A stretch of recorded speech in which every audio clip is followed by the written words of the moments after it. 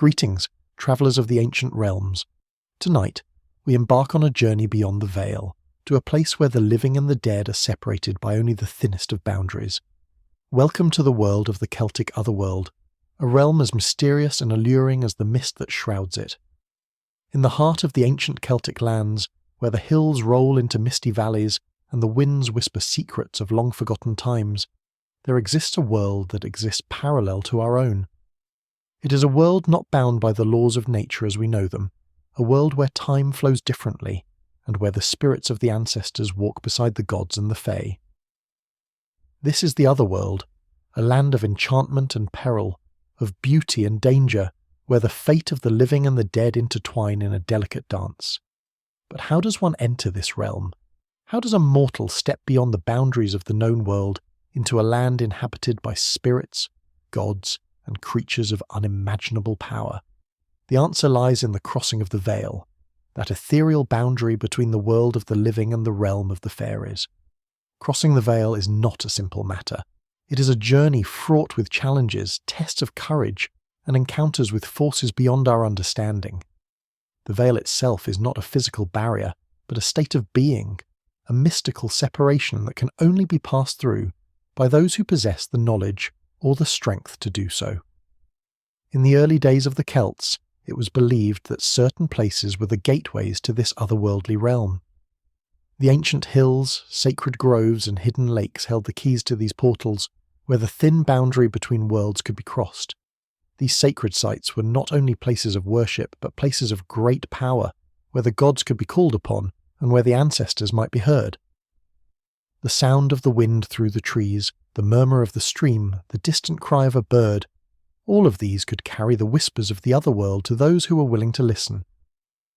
But it was not only the natural world that held the key to these realms.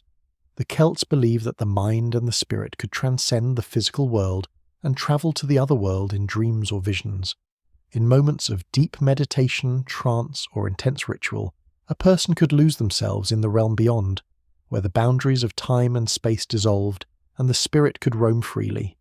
The veils between the worlds were said to grow thinner during certain times of the year, especially at the turning of the seasons. The festival of Samhain, which marked the end of the harvest and the beginning of winter, was considered the most sacred of these times. On the night of Samhain, the veil between the worlds was said to be at its thinnest, and the spirits of the dead would walk the earth once more. It was a night when the living could commune with their ancestors, and the fairies could wander freely between the realms, their mischief and magic at full strength. But Samhain was not the only time when the veil could be crossed. There were other sacred times, Imbolc, Beltane, and Lugnasad, when the veil would once again grow thin, and the barriers between the worlds would be less impenetrable. These were the times when the Celtic people would journey into the otherworld through rituals, offerings, and prayers, seeking knowledge, guidance, and protection from the gods. And so, as we stand here at the threshold of this journey, let us remember that the otherworld is not merely a place, but a state of being. It is a realm where the impossible becomes possible, where the dead speak and the gods walk among us. It is a world where light and shadow dance together in an eternal balance, and where the mysteries of the past and the future intertwine. Now we must ask ourselves, what lies beyond the veil? What secrets does the otherworld hold for those brave enough to seek them? And most importantly, what price must be paid to cross over?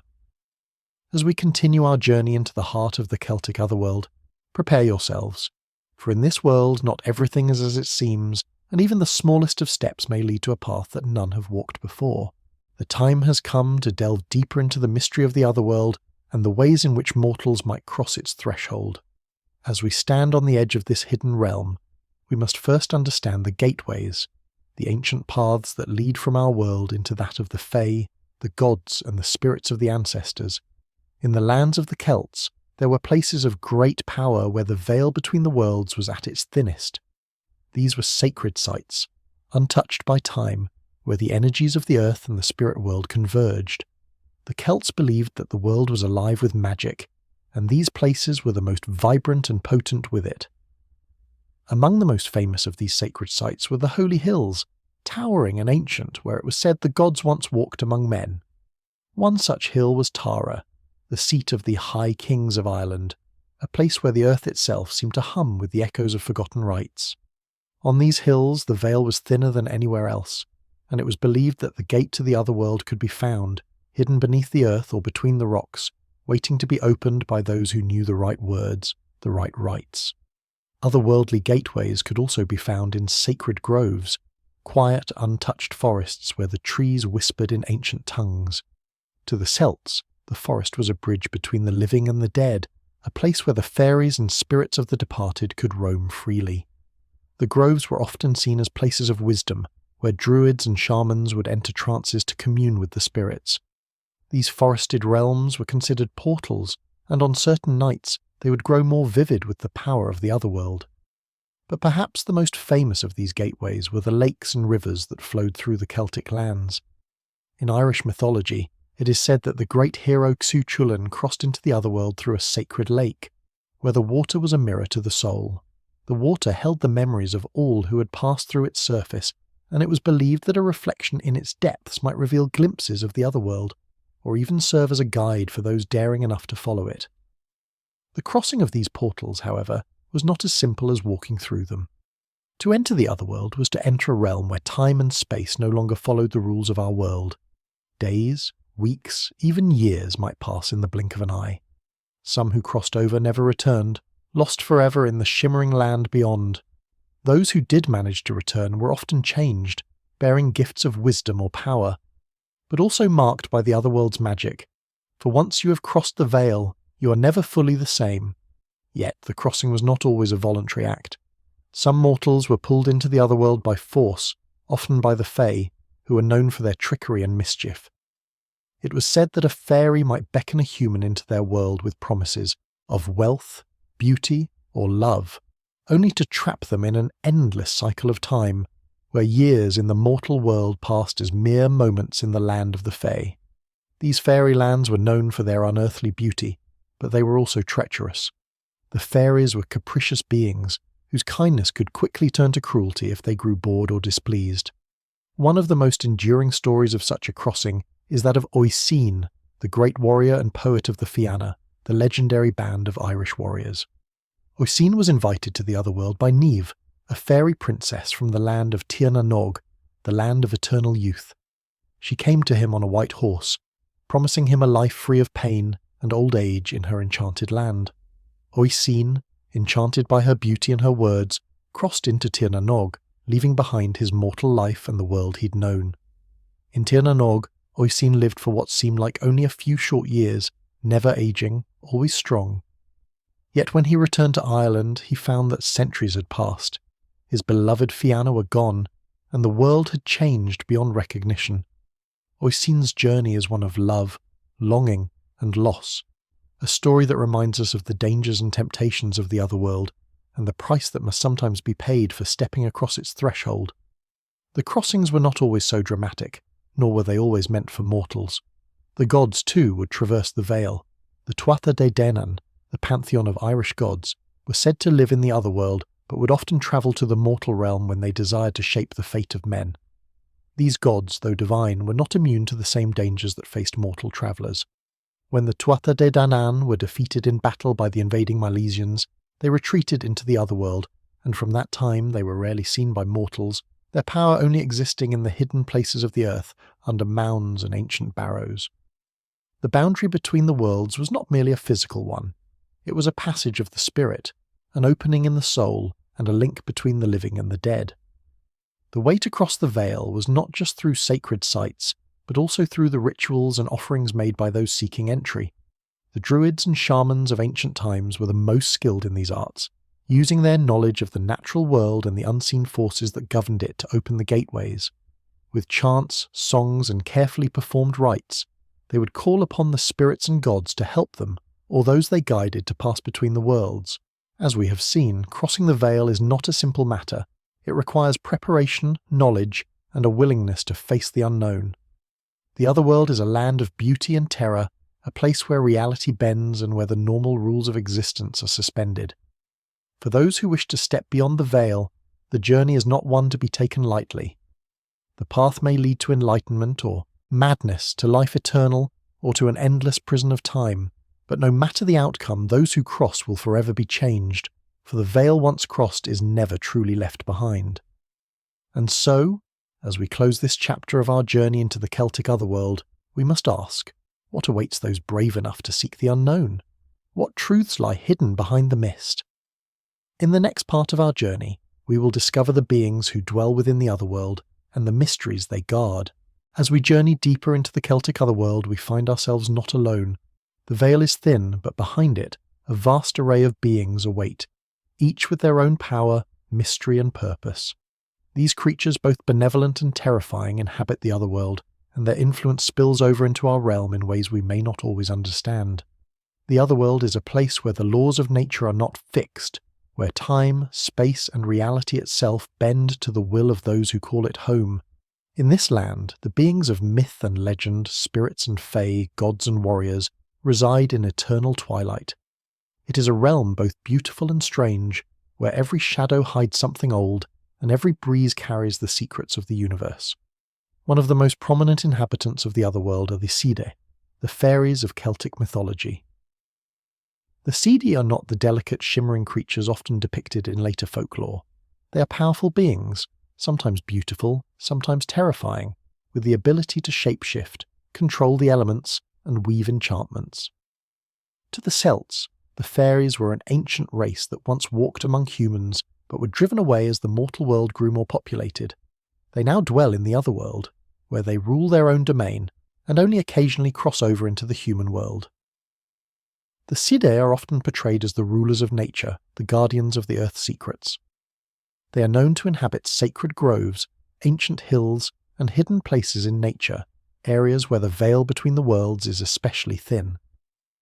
While they are often depicted as mischievous tricksters, the Sidhe can also be dangerous, capable of wrathful revenge if they are angered. It is said that those who cross the Sidhe, whether by stealing from their sacred places or failing to show the proper respect, may find themselves cursed, their lives marked by misfortune or illness. One of the most famous figures among the Sidhe is the enigmatic Queen Mab, a fairy queen who commands the forces of nature. She's said to be a ruler of the fairy realm, and her presence is both alluring and dangerous. Her very name invokes the image of the Fae as mischievous, powerful and unfathomable beings whose motives are often hidden from mortal understanding. But not all of the beings in the Otherworld are fairies. The gods of the Celtic pantheon also reside in this mystical realm, and their influence is far-reaching. The Tuatha De Danann, the race of gods in Irish mythology, are said to have come from the Otherworld, and after their defeat by the Milesians they retreated there. These gods are associated with the forces of nature, war and magic, and their presence in the mortal world is often marked by great change. Among the Tuatha De Danann, we find some of the most powerful and revered deities in Celtic mythology. The Dagda, often referred to as the good god, is a god of abundance, fertility, and strength. He is the ruler of the Otherworld's domains, holding sway over both the living and the dead. With his great cauldron that never runs empty, and his magical harp that can control the seasons, the Dagda embodies the forces of life and renewal. Then there is Brigid, the goddess of fire, poetry, and healing, whose influence extends across the worlds of both mortals and immortals. She is a symbol of creativity and transformation, and her sacred flame is said to burn eternally in the Otherworld, guiding those who seek enlightenment and wisdom. Brigid's presence in the human world is felt during the festival of Imbolc, a time of purification and renewal, when the first signs of spring begin to appear. Another prominent figure is Lugh, the god of the sun, the arts and warriors. Lugh is a deity of many talents, known for his wisdom, his skill in battle, and his ability to perform tasks with unmatched precision. His connection to the Otherworld is evident in the way he bridges the realms of mortals and immortals, bringing knowledge, prosperity and victory to those who honour him. Lugh's festival, Lugnasad, marks the beginning of the harvest, a time of thanks and celebration for the bounty of the earth. But the gods of the Tuatha De Danann are not the only divine beings who inhabit the Otherworld. The ancestors also play a crucial role in the spiritual life of the Celts. The spirits of those who have passed into the realm of the dead are said to linger in the Otherworld, watching over their descendants and guiding them from beyond. These spirits are often seen as protectors and advisors, and their presence is especially felt during certain times of the year, such as Samhain, when the veil between the worlds is at its thinnest. It is said that on Samhain night, the spirits of the dead return to visit their families, and the living can communicate with them through rituals, prayers, and offerings. The ancestors hold great power in the otherworld, for they are the ones who keep the ancient knowledge and wisdom of the land. The Celts believed that by honouring their ancestors they could receive guidance and protection, and even the most mundane tasks could become imbued with sacred meaning. Among the more ominous inhabitants of the otherworld are the Banshee, the harbinger of death.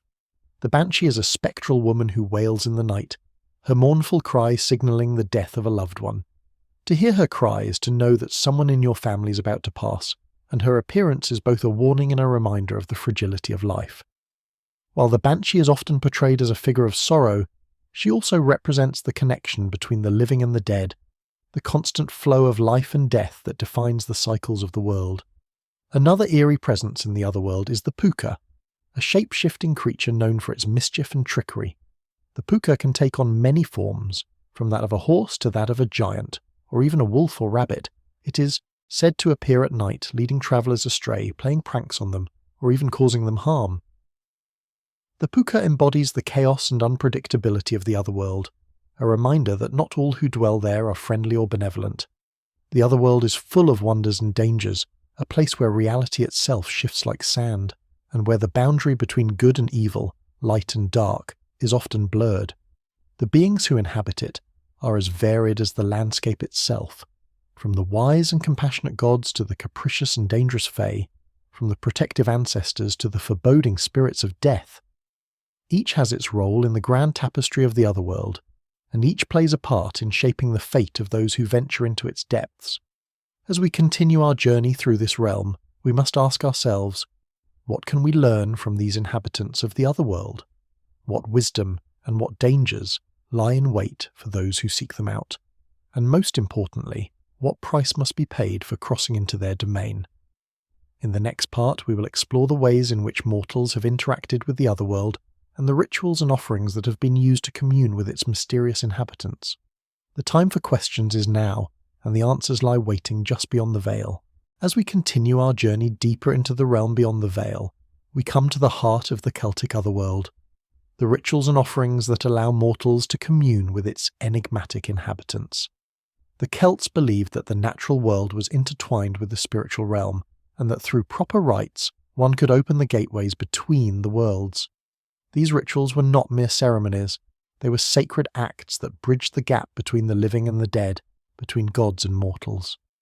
In the ancient Celtic world, ritual was an essential part of everyday life. It was believed that the gods and spirits of the otherworld could influence the events of the mortal world, for good or ill. To seek their favour, or to protect oneself from their wrath, required specific offerings, chants, and prayers. The Druids, who were the spiritual leaders of the Celts, were the keepers of these sacred rites, and it was they who knew how to navigate the invisible paths between the worlds. One of the most important times for performing rituals to the otherworld was during the seasonal festivals. The Celts believed that the changing of the seasons marked significant shifts in the energy of the earth and the spiritual realm. These times, Samhain, Imbolc, Beltane and Lughnasadh, were the key points of the Celtic calendar, and each one had its own set of rituals designed to honour the gods, spirits and ancestors. Samhain, the festival of the dead. The most sacred of these festivals was Samhain, the Celtic New Year, marking the end of the harvest and the beginning of winter. Samhain was the time when the veil between the living and the dead was at its thinnest, and it was believed that the spirits of the deceased could return to visit their families. The Celts would build great bonfires to honour these spirits, and offerings of food and drink were left out for the ancestors. The flames of the bonfire were also seen as a way to guide the spirits on their journey back to the otherworld. During Samhain, people would also perform divination rituals, seeking to glimpse the future or communicate with those who'd passed.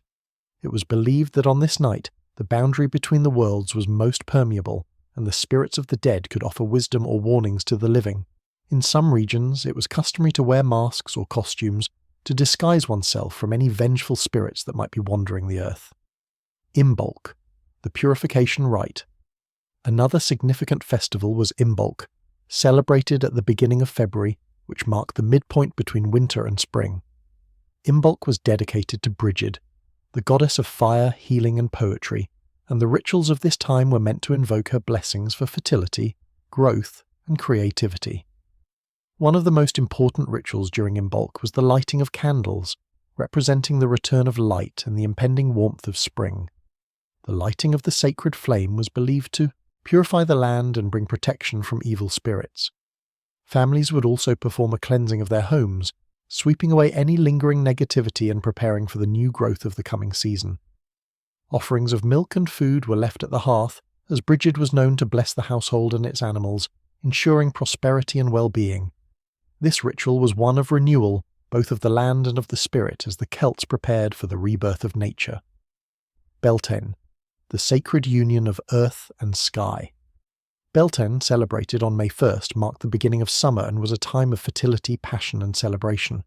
The Beltane fire was the central ritual of the festival, where two large bonfires were lit to symbolize the union of the earth and the sky, the masculine and the feminine. People would dance around the fire, sing songs of joy and leap over the flames as a way to cleanse themselves of the past year's misfortune and to bring good luck and prosperity for the coming season. The Beltane fire was believed to be a sacred symbol of the sun, and it was said that anyone who passed between the two fires would be blessed with fertility, health, and protection. Offerings of flowers, fruits, and milk were left near the fire to honour the spirits of nature, and rituals of blessing were performed for cattle, crops, and people. At Beltane, the Faeries were also honoured, for it was believed that the fairy realm was most active during this time. The Fae, often seen as the intermediaries between the human world and the other world, were called upon to bless the land and ensure a bountiful harvest. It was also a time for lovers to make promises to each other, as the fertility of the earth mirrored the fertility of the human heart. Lugnasad, the Harvest Festival. The final festival of the year, Lugnasad, held at the start of August, was a celebration of the first fruits of the harvest. Named after Lugh, the god of the sun, it was a time to give thanks for the bounty of the earth and to honour the gods for their gifts. It was also a time to prepare for the coming of winter, ensuring that the people had enough to survive the cold months. During this festival, offerings of grain, fruit and bread were made to the gods and spirits, and feasts were held to mark the abundance of the land. Rituals of thanksgiving were performed, and the first harvest was shared among the community, as a way of honouring the land that sustained them. The festival also included games and contests, as a way of celebrating the strength and unity of the tribe. The role of the Druid in rituals. Throughout these festivals and other sacred occasions, the Druids played a crucial role. As the spiritual leaders and intermediaries between the mortal and spiritual realms, the Druids were responsible for conducting the rituals and ceremonies that ensured the proper flow of energy between the worlds. They were the ones who knew the sacred words, the ancient songs, and the ceremonial dances that would open the portals to the other world. The Druids were also the keepers of wisdom, learning, and prophecy. Through meditation, fasting, and intense study, they were able to access the hidden knowledge of the universe and communicate with the gods and spirits of the other world. They were believed to have the power to manipulate nature, to heal the sick, and to see into the future. For the Celts, the Druids were not just religious figures, but spiritual guides who helped maintain the balance between the mortal and spiritual realms. Offerings and the crossing of the veil. Offerings, both material and spiritual, were key to these rituals. The Celts would offer gifts of food, drink, and symbols of nature to the gods and spirits. But it was also believed that the heart and soul of the person making the offering were just as important. A prayer, a song, a dance. These were all seen as gifts to the other world, a way of communicating one's intentions and desires to the divine. But it was not only during the festivals that one could commune with the other world. Everyday acts of respect for nature, such as leaving a token for the fairies or lighting a candle to honour the ancestors, were considered to be offerings in their own right. The Celts understood that the other world was not a distant, unreachable place, but one that was constantly interacting with the world of the living. It was always present, always just beyond the veil, waiting for those who were willing to reach out and connect. Through these rituals and offerings, the Celts maintained a harmonious relationship with the other world. The boundaries between the worlds may have been thin, but through reverence and respect they could be crossed, bringing blessings, guidance, and protection from the beings that dwelled beyond. Now that we have glimpsed the ways in which mortals could cross the veil and commune with the inhabitants of the other world, we must ask ourselves, what happens when these rituals are disrupted?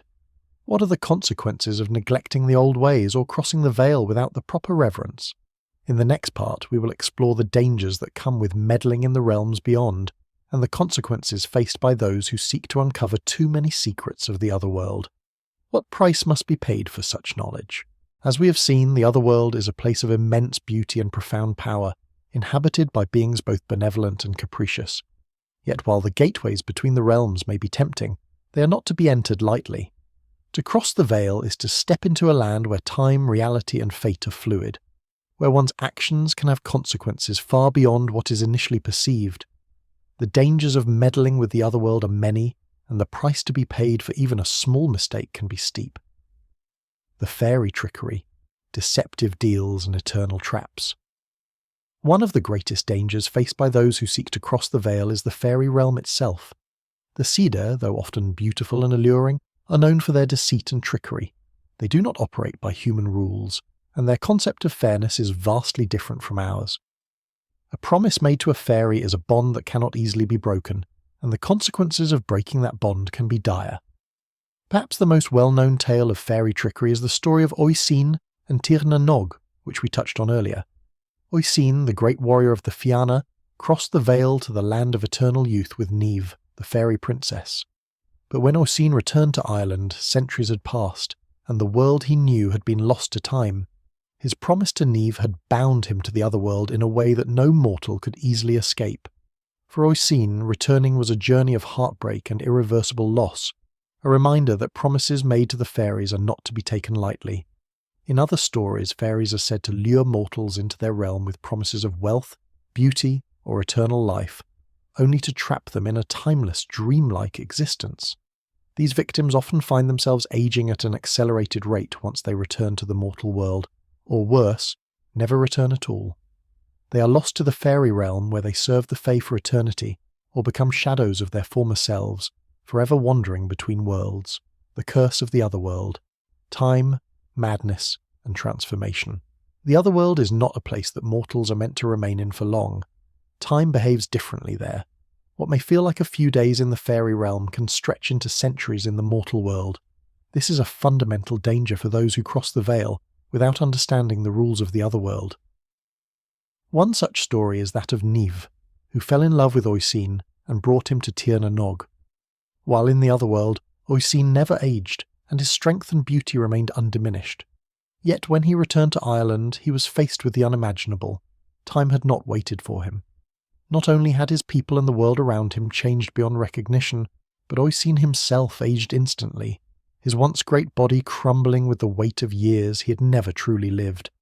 This curse, the dislocation of time, is one of the most terrifying aspects of crossing the veil.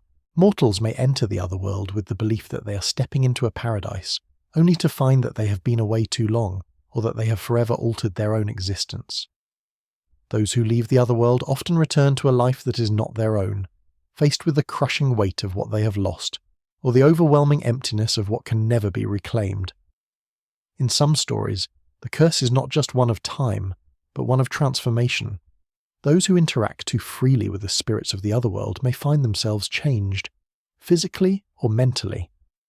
In Irish legend, there are tales of humans being transformed into animals, trees, or stones as a result of their meddling with the Fae. These transformations are not simply symbolic, they are physical, irreversible changes that bind the mortal to the Otherworld in a way that no magic or prayer can undo.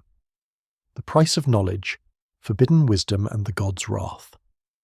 For those who seek to learn the secrets of the Otherworld, who wish to uncover the wisdom of the gods and spirits, there is a steep price to be paid. The gods of the Celtic pantheon are powerful beings, and their knowledge is not to be taken lightly. In myth, there are many stories of mortals seeking the favour of the gods, only to find themselves entangled in webs of fate from which there is no escape. One such tale is that of the Dagda, the good god of abundance and magic. While the Dagda is often portrayed as a generous and kind deity, he is also the god of death and destruction. Those who sought his wisdom, or his blessings, would often find that their requests came with conditions that were not immediately apparent. The price for obtaining the Dagda's favour might be the sacrifice of a loved one, a piece of one's soul, or even a promise that could not be broken. In Celtic mythology, it was often said that the gods gave their knowledge freely but at a cost. Lugh, the god of light and the arts, was known for his wisdom, but his lessons were always difficult and fraught with challenges. For those who sought to learn from the gods, there was no guarantee that the knowledge gained would be worth the price. Similarly, the druids, the spiritual leaders and keepers of wisdom, were often seen as mediators between the mortal world and the gods. However, their power came with its own dangers. To gain access to the mystical knowledge of the druids, one had to submit to their teachings completely, often undergoing years of rigorous training, isolation, and even self-inflicted suffering. The knowledge they possessed was not easily given, and many who sought it were never the same afterward. It is said that some of the greatest druids were driven to madness by their own visions and revelations, unable to cope with the depth of the wisdom they had uncovered. The gods, like the Faeries, are not bound by the same rules as mortals. They deal in power, in fate, and in time itself, and those who seek their guidance may find themselves subject to forces they do not fully understand. The knowledge they offer is never free, and the cost of that knowledge is often greater than any mortal can bear. The boundaries of the veil, maintaining the balance. The Celts understood that the veil between the worlds is not something to be trifled with. It is a sacred barrier that separates the living from the dead, the mortal from the divine. To cross that veil is to enter a space where the rules of reality no longer apply. It is a space where time can warp, where one can meet the gods, but also where one can be lost forever. The consequences of crossing the veil are not always immediate. Sometimes the effects are subtle, creeping into one's life like a shadow. Other times they are swift and unforgiving, bringing chaos or destruction. Whether through fairy trickery, the passage of time, or the wrath of the gods, crossing the veil comes with consequences that must be carefully weighed. For those who are tempted by the otherworld's promises of immortality, wealth, or power, there is a simple truth: the price is always higher than one can imagine. To enter the realm of the Fae, the gods, or the spirits is to risk losing a part of oneself, whether it be time, sanity, or soul. And once the veil is crossed, there is no guarantee that one can ever return unchanged. In the final part of our journey, we will explore the ultimate cost of crossing the veil, the price that must be paid when the boundaries between the mortal and the divine are breached.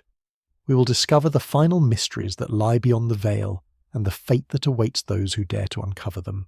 As we draw closer to the heart of the otherworld, we must confront the most unsettling reality of all, the ultimate cost of crossing the veil. It is one thing to cross into the realm of the Fae, to speak with the gods, or to commune with the ancestors, but it is another thing entirely to breach the boundaries of the otherworld without understanding the true consequences of such an act. What is the price to be paid when the veil is torn, when the barrier between life and death, mortal and divine, is broken? In the ancient stories of the Celts, there are many who sought knowledge or power from the otherworld, only to find that the price was far steeper than they had anticipated. Whether through greed, desperation, or sheer curiosity, these mortals ventured into a world where the rules of fate, time, and morality did not apply.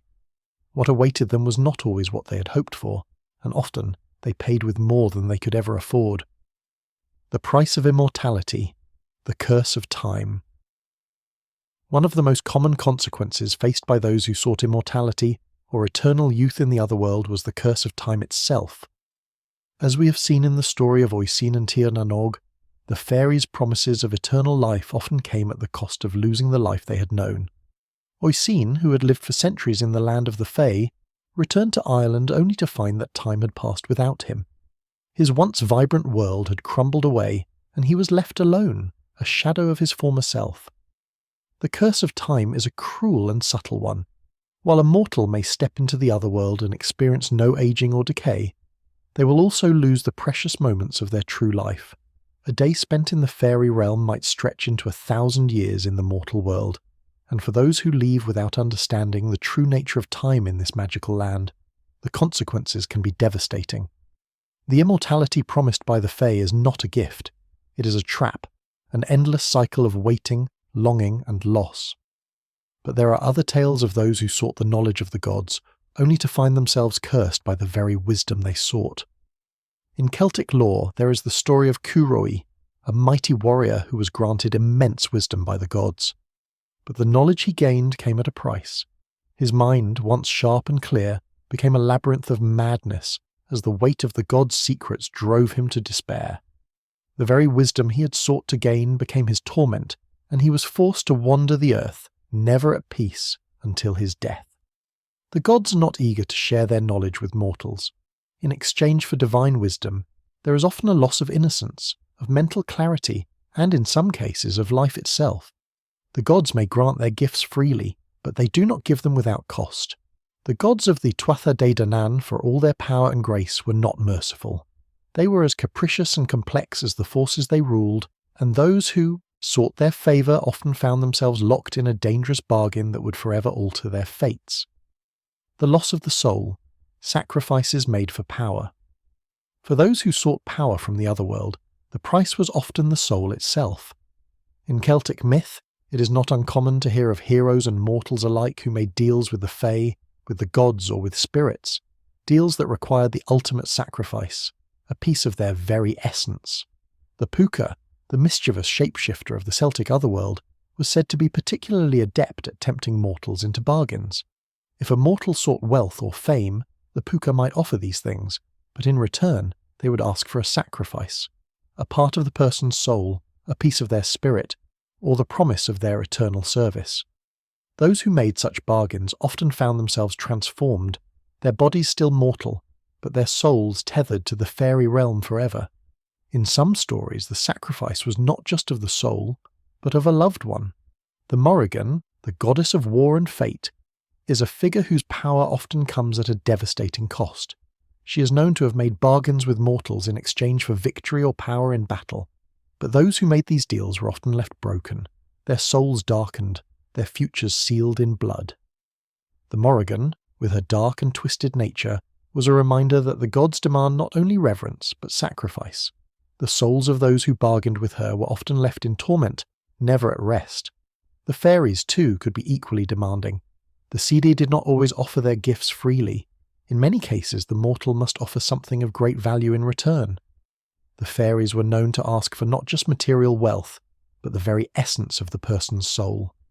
A mortal might gain beauty or eternal youth, but they would lose their free will, forever bound to the fairy realm. This loss of the soul was not merely a metaphorical concept in Celtic mythology. It was seen as a literal parting of the spirit from the body, a severing of the individual from the source of their vitality. Those whose souls were claimed by the fairies or the gods were often said to be left as hollow husks, alive, but without true life. These cursed individuals might wander for centuries, trapped in a state of limbo, their souls unable to find peace, forever lost in the otherworld. The eternal wanderer, the spirit caught between worlds.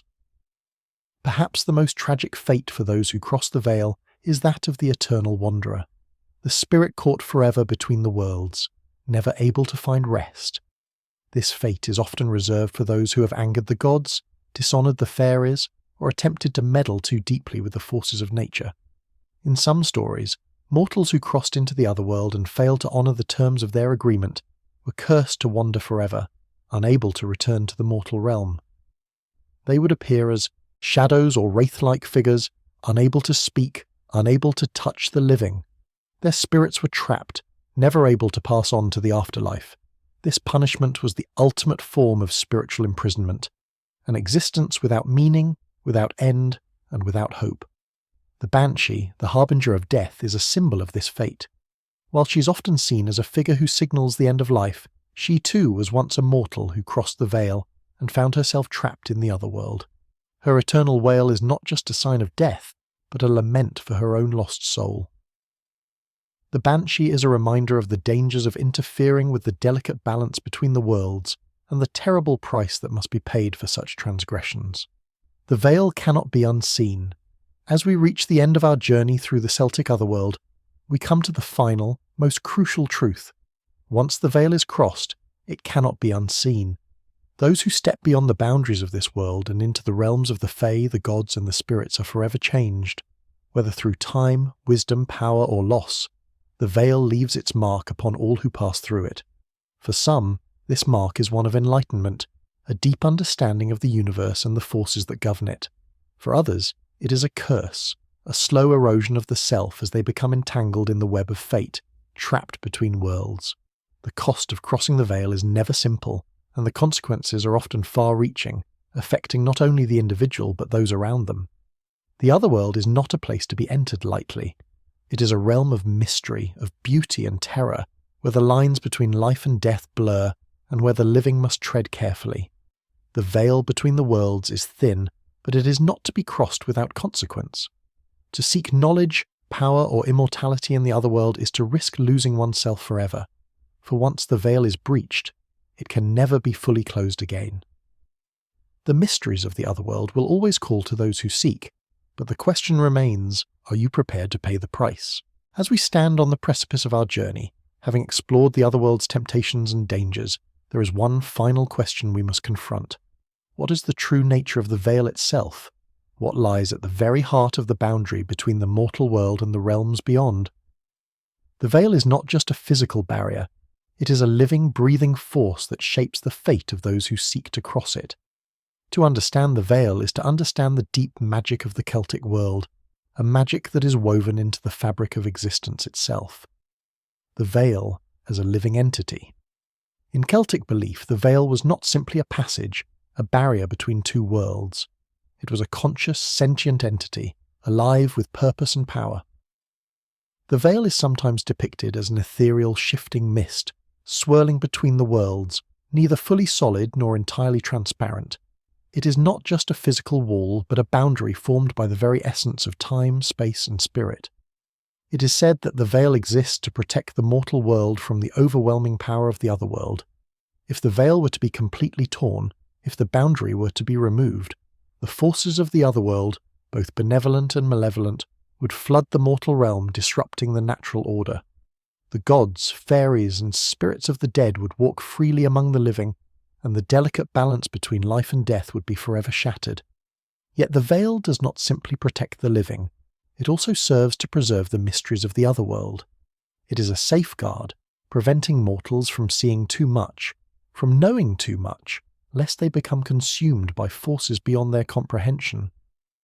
The veil exists as a reminder that some knowledge is too powerful for mortals to possess, that some mysteries are meant to remain hidden. It is an act of mercy, protecting humanity from the potential madness and destruction that could arise from too much power. The veil is also a symbol of the cyclical nature of existence. Life and death, birth and decay, are all part of an endless loop, a rhythm that cannot be broken without consequences. The veil separates the living from the dead, the known from the unknown, but it also maintains the balance, ensuring that death is not the end, but merely another stage in the journey of the soul. The role of time, the veil, as a boundary of the ages. Another critical aspect of the veil's nature is its connection to time. The Celts had a unique understanding of time, viewing it not as a linear progression but as a series of cycles. Life was seen as a cycle of birth, death, and rebirth, with each person and each moment repeating the patterns of those who came before. The veil exists not only as a boundary between worlds, but as a boundary between different phases of time, between past, present, and future. This cyclical view of time is reflected in the festivals of the Celts, each one marking a turning point in the seasonal cycle, the turning of the wheel of life. The times when the veil is thinnest, during festivals like Samhain and Imbolc, are moments when the cycle of time is most fluid. These are the times when the boundary between worlds is weakest, when the spirits of the ancestors can cross over and walk among the living, when the Fae can step out of the shadows and into our world. At these times, the veil becomes a living manifestation of the passage of time itself, a reminder that death is not an end, but a transformation, a transition to a new phase in the eternal cycle. Those who cross the veil at such moments are stepping not just between worlds, but between different eras of existence, touching upon the past and future, the dead and the living, in a single breath. The veil as a guardian, protecting the unseen mysteries. Despite its dangers and its mysterious nature, the veil also serves as a guardian, keeping the hidden secrets of the Otherworld safe. It is not just a boundary between two worlds, but a protector of sacred knowledge, ancient truths that the gods and spirits hold dear. To step beyond the veil is to risk uncovering these secrets, and not all knowledge is meant for mortal minds. The veil's guardians, the Fae, the gods, and even the ancestors, are not always cruel, though they may seem so to those who are unprepared. They are the keepers of wisdom, and they know that too much knowledge, too much power, can destroy the balance of the universe. They allow only those who are worthy, those who have proven themselves through trial and humility, to pass through the veil. It is said that the veil has its own will, that it can choose who may pass and who may not. The veil does not simply allow anyone to enter. It is a test, a final challenge for those who seek to uncover its mysteries. Some will be rejected, sent back to the mortal realm without ever truly stepping through the veil. Others will be granted access, but only after paying the price, a sacrifice of time, of soul, or of something equally precious. The veil is not something to be feared, but to be respected. It is not a barrier to keep the curious at bay, but a test to ensure that those who cross are prepared for the knowledge they will gain, the power they will wield, or the loss they will face. To cross the veil is to step into the unknown, and only the truly ready, those who understand the cost, will survive the journey. The eternal mystery, the veil's hidden truth. At the very core of the veil lies a mystery that cannot be fully comprehended, a secret that even the gods do not entirely understand. The veil is a symbol of the unknown, of the mysteries that lie beyond the boundaries of mortal perception. It exists to remind us that there is always something beyond our understanding, always something greater than we can grasp. Perhaps the greatest truth of the veil is this: it is not a barrier to knowledge, but a reminder that there are forces in this world, and, beyond it, that are beyond our control, forces that are both beautiful and terrifying in their mystery. The veil teaches humility, for it reminds us that we are part of a greater pattern, a greater cycle that extends far beyond our mortal lives. To seek to pierce the veil is to seek to know the unknowable.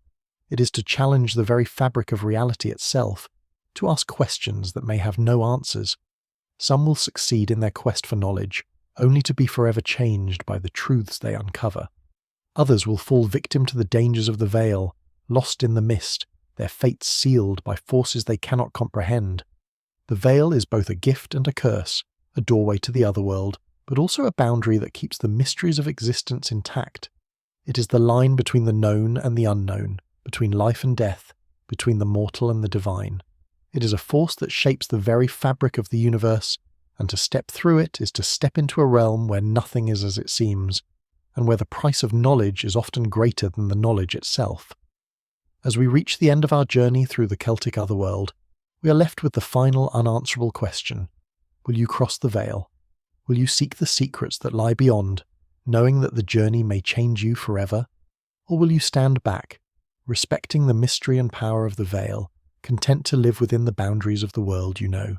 The veil will always be there, waiting, and one day it may call to you.